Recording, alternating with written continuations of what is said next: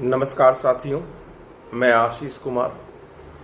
आज का वीडियो मुख्य रूप से मैं जवाहरलाल नेहरू को श्रद्धांजलि के रूप में बनाना चाहता हूं, क्योंकि मुझे आज के माहौल और राजनीतिक वातावरण से ऐसा लगता है कि जवाहरलाल नेहरू को राजनीतिक रूप से अनाथ छोड़ दिया गया है। अनाथ मैं इसलिए कहता हूं कि यह पहली बार ऐसा हो रहा है कि जब जो व्यक्ति हमारे सामने अपना पक्ष रखने के लिए उपस्थित नहीं है, हम उसके बारे में सवाल खड़ा कर रहे हैं।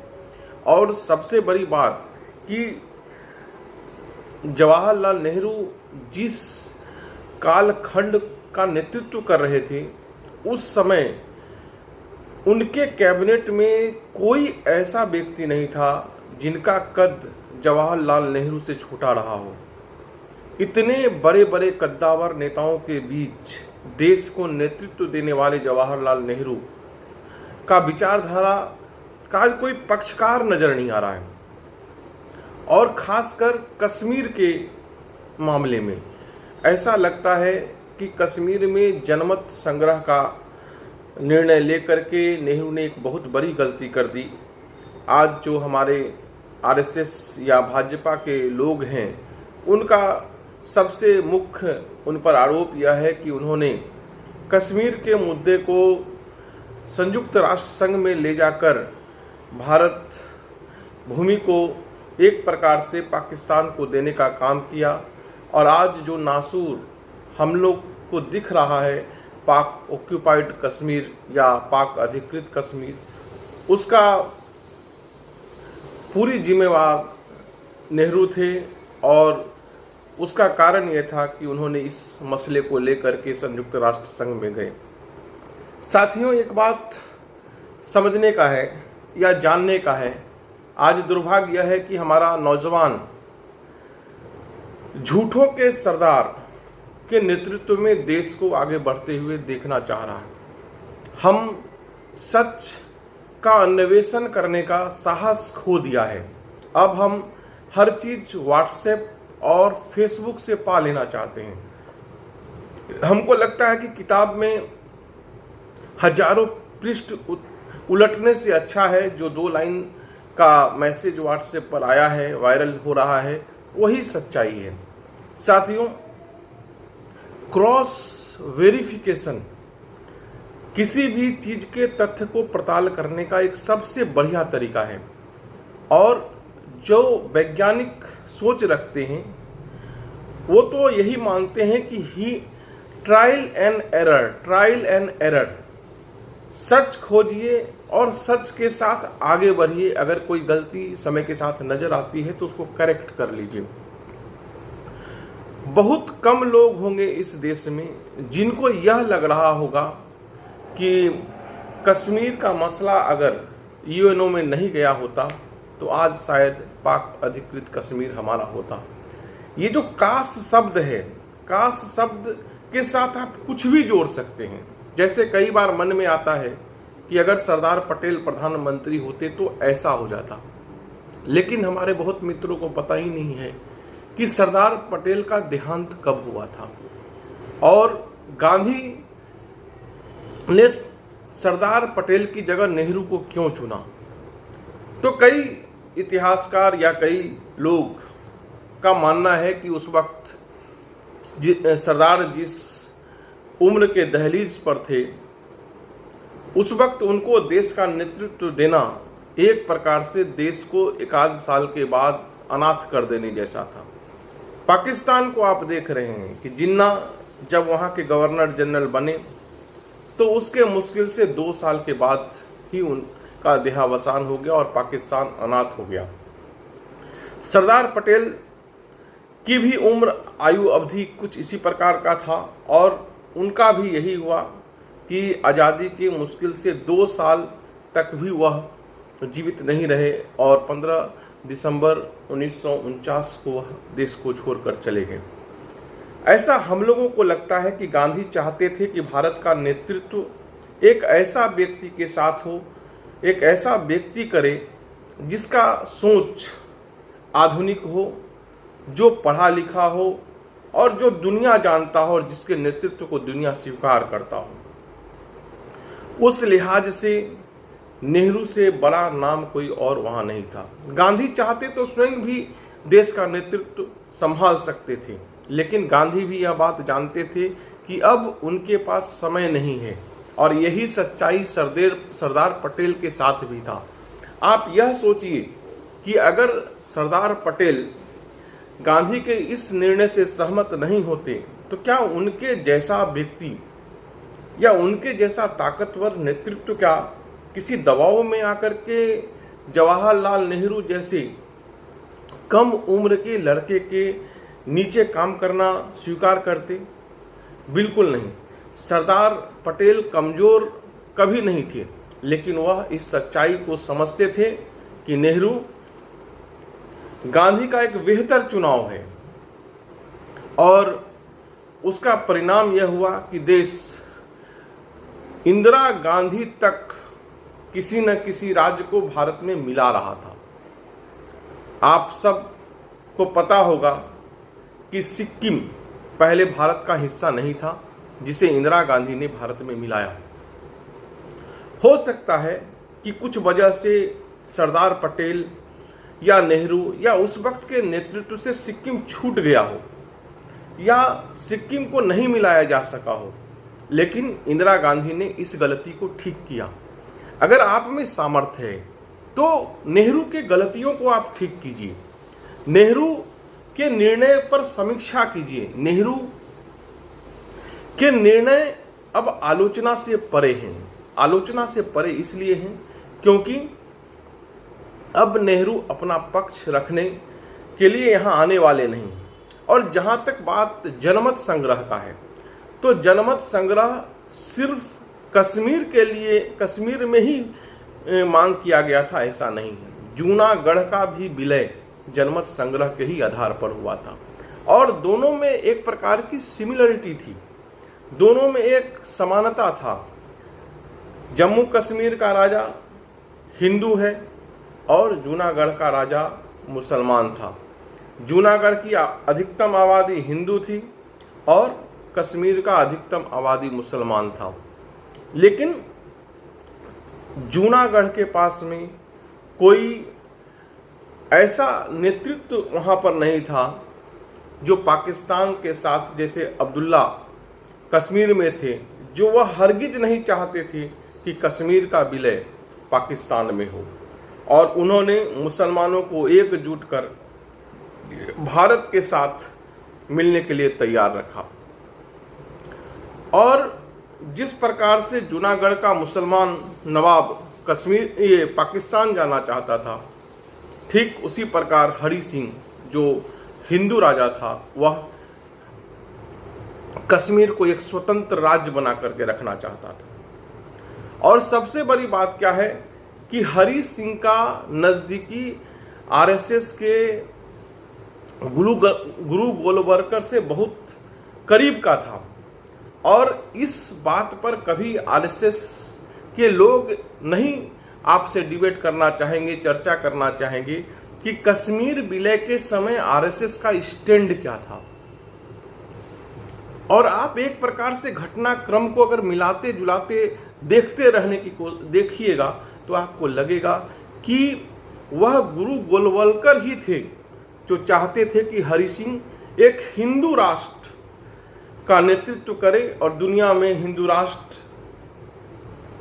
ये हरि सिंह के नेतृत्व में आगे बढ़े, और इस प्रकार से हम दुनिया का विश्व गुरु बन जाए। यही मुगालता हरि सिंह को भारत के साथ जुड़ने नहीं दे रहा था। आरएसएस की भूमिका गद्दारों की है।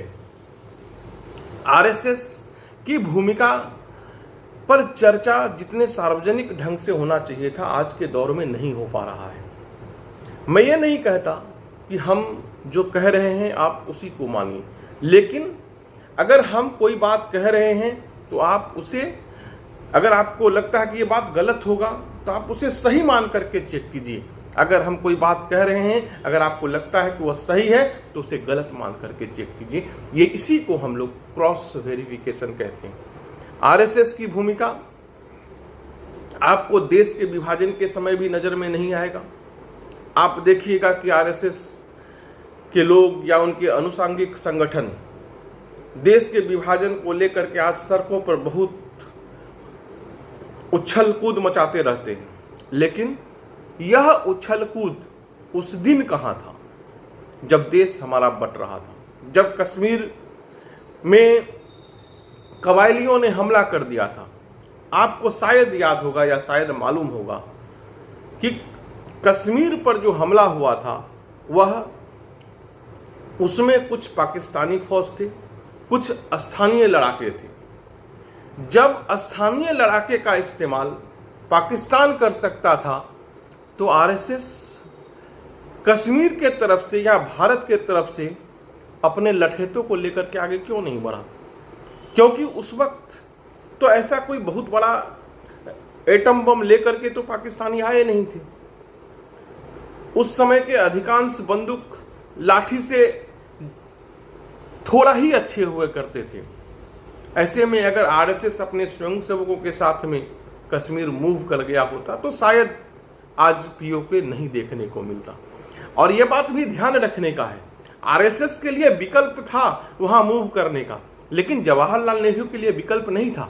वह इसलिए नहीं था क्योंकि हरि सिंह ने भारत में विलय के समझौते पत्र पर साइन नहीं किया था।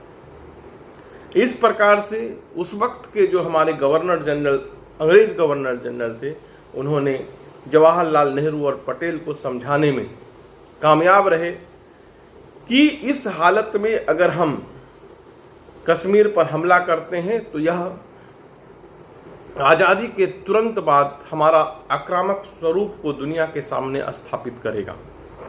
वह दौर था जब विश्व युद्ध अभी अभी समाप्त हुआ था, संयुक्त राष्ट्र अभी अभी बना था और दुनिया को संयुक्त राष्ट्र से बहुत उम्मीद था। वही उम्मीद जवाहरलाल नेहरू को भी था। जवाहरलाल नेहरू को लगा कि अगर हम इस मसले को लेकर के संयुक्त राष्ट्र में जाएंगे तो निश्चित रूप से यह निर्णय हमारे पक्ष में होगा, क्योंकि हरि सिंह कबायली हमला के बाद भारत के साथ विलय पत्र पर साइन कर चुके थे और उसका यही सोच के साथ में वह संयुक्त राष्ट्र संघ गए। संयुक्त राष्ट्र संघ ने युद्ध विराम कराया और युद्ध विराम कराने के बाद जो युद्ध विराम में जो प्रमुख शर्त था वह यह था कि सबसे पहले कश्मीर में जितने हिस्से पर पाकिस्तान ने कब्जा किया है उन सभी हिस्सों को वह खाली कर देगा। उसके बाद ही 6 महीना के बाद जनमत संग्रह होगा। और इसी बात को लेकर के पाकिस्तान आज तक जनमत संग्रह का साहस नहीं कर पाया है, आज तक वहां से अपने सेनानियों को नहीं हटाया है। अगर मोदी जी को लगता है कि पाकिस्तान संयुक्त राष्ट्र संघ में जो युद्ध विराम के शर्त थे उसका उल्लंघन किया है तो वह वहां हमला करके उसको वापस भेजे। अब जवाहरलाल नेहरू उनको रोकने नहीं आ रहे हैं और खाली कराए। जिस प्रकार से सरदार पटेल, नेहरू ने जूनागढ़ में जनमत संग्रह कराया, कश्मीर में मोदी करा ले, क्या दिक्कत है इसमें? लेकिन नेहरू को कोसने से पीओके भारत में नहीं मिलने जा रहा है।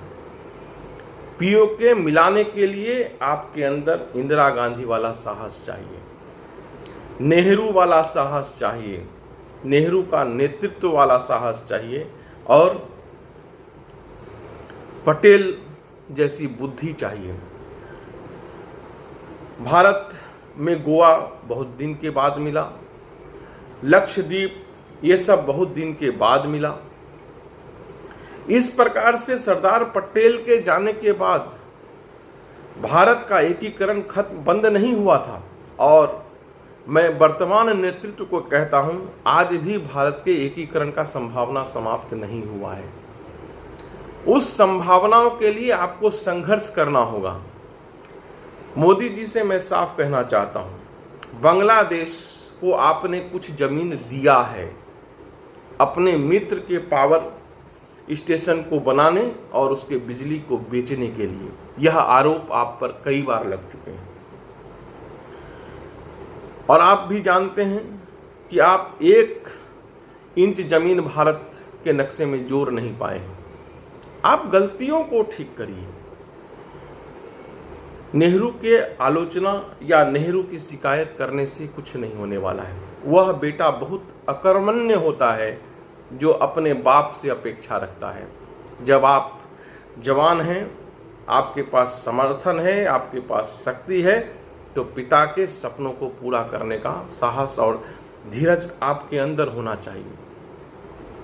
आप पर तो यह भी आरोप है मोदी जी कि जिस माँ के बेटे नौजवान हों, 5-5 बेटे हों, पढ़े लिखे एमए पास हों, मैं नहीं गारंटी के साथ कह सकता कि आप सचमुच एमए पास हैं, लेकिन पढ़े लिखे एमए पास हों और उनकी माँ दाई की तरह काम करे, तो इससे बड़ा शर्मनाक घटना कुछ नहीं हो सकता है। और आज जो स्थिति है, आज भी आप अपनी माँ को, मतलब नेहरू को दाई बना करके आप भारत का प्रधानमंत्री बनने का सपना देख रहे हैं। हो सकता है इस नींद से जब देश जागेगा तो जैसे आज आप नेहरू को गाली दे रहे हैं, हो सकता है कल आपको भी गाली दें। इस बात में दो राय नहीं है कि जब जनमत संग्रह का घोषणा नेहरू कर रहे थे, तो जितनी मेरी जानकारी है, मैं उस जानकारी के आधार पर यह जानता हूं कि इसका पूर्व अनुमति उन्होंने कैबिनेट से नहीं लिया था। यह एक गलती है और यह गलती दोहराया नहीं जाना चाहिए, लेकिन आपके शासनकाल में यह गलती दोहराया ही नहीं गया, बार बार दोहराया गया। नोटबंदी में भारत के सभी विशेषज्ञों ने आपको मना किया था, फिर भी आपने नोटबंदी लाया। इसकी भी समीक्षा इतिहास करेगा। नोटबंदी से काला धन नहीं आया, यह सवाल भी आपसे इतिहास पूछेगा। आज आप पत्रकार सम्मेलन से बच सकते हैं, प्रेस कॉन्फ्रेंस से भाग सकते हैं, लेकिन कल आपके फोटो को रख करके जब इतिहास पूछेगा, जैसे आज आप जवाहरलाल नेहरू के फोटो को रख करके देश पूछ रहे हैं जवाहरलाल नेहरू से कि जवाहरलाल नेहरू जवाब दो, उस वक्त आपका फोटो किस हालत में होगा और कैसे जवाब देगा, सोचिएगा जरूर। आप पर कितने आरोप हैं, उसे आज आप शक्ति के अहंकार में, मद में डूब करके आप उसको नकार सकते हैं। चाहे वह जीएसटी लागू करके आपने अधिकांश ग्रामीण व्यवसायियों को तबाह कर दिया हो, या नोटबंदी से आप घर के छोटे मोटे जो बचत हमारी माँ बहनों के हाथ में होता था उसे छीन लिया हो, या नोटबंदी के नाम पर आपने भारत के तमाम छोटे व्यवसायियों का मतलब समूल नाश कर दिया हो। ऐसे बहुत सारे निर्णय हैं आपके, जिस पर इतिहास बहुत निर्दयता पूर्वक समीक्षा करेगा और आपसे उसी भाषा में बात करेगा जिस भाषा में आज के दिन आप नेहरू से बात कर रहे हैं। उस वक्त आपकी रक्षा कौन करेगा? यह बात आप जरूर सोचिएगा मोदी जी। नेहरू की गलतियां दोहराने के लिए नहीं है। इतिहास इसलिए पढ़ा जाता है कि हम गलतियों को दोहराएं नहीं, उससे सीखें, लेकिन आपने उन्हीं गलतियों को बार बार किया है, बार बार दोहराया है और बहुत अहंकार बस इसको किया है।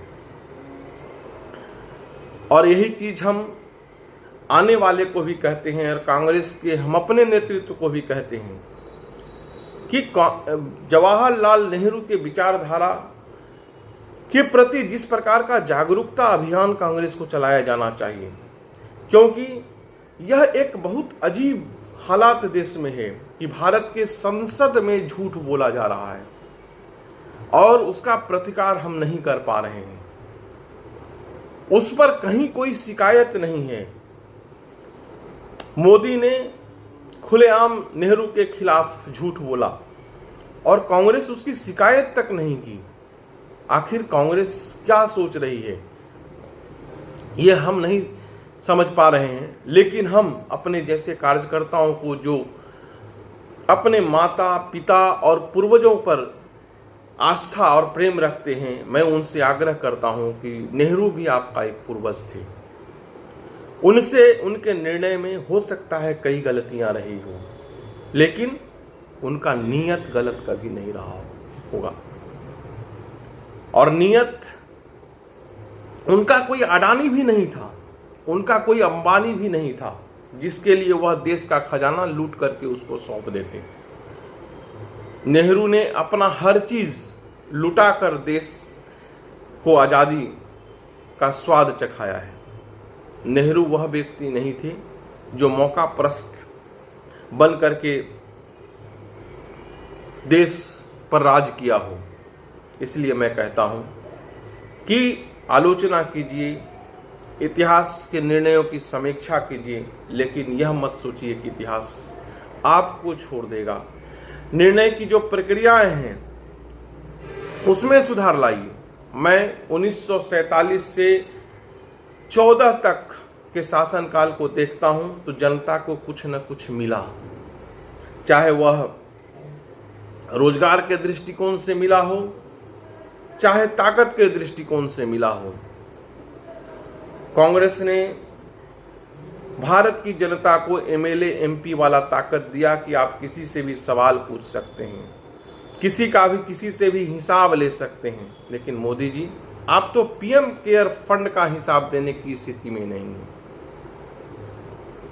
आरटीआई को आप कमजोर कर रहे हैं, भारत के नागरिकों से आप उसकी शक्ति छीन रहे हैं। कांग्रेस ने जो शक्ति हमको दिया, आप उस शक्ति को भी आप खत्म कर रहे हैं। मनरेगा के माध्यम से कांग्रेस ने देश को उम्मीद दिया, देश को इतना बड़ा बेरोजगारों का संगठन दिया, मजदूरों का संगठन दिया, जो जब चाहे तब देश के तकदीर को बदल सकता है। बस इसे अंगड़ाई लेने की जरूरत है। भारत को शिक्षा का अधिकार दिया, गरीबों को भोजन का अधिकार दिया।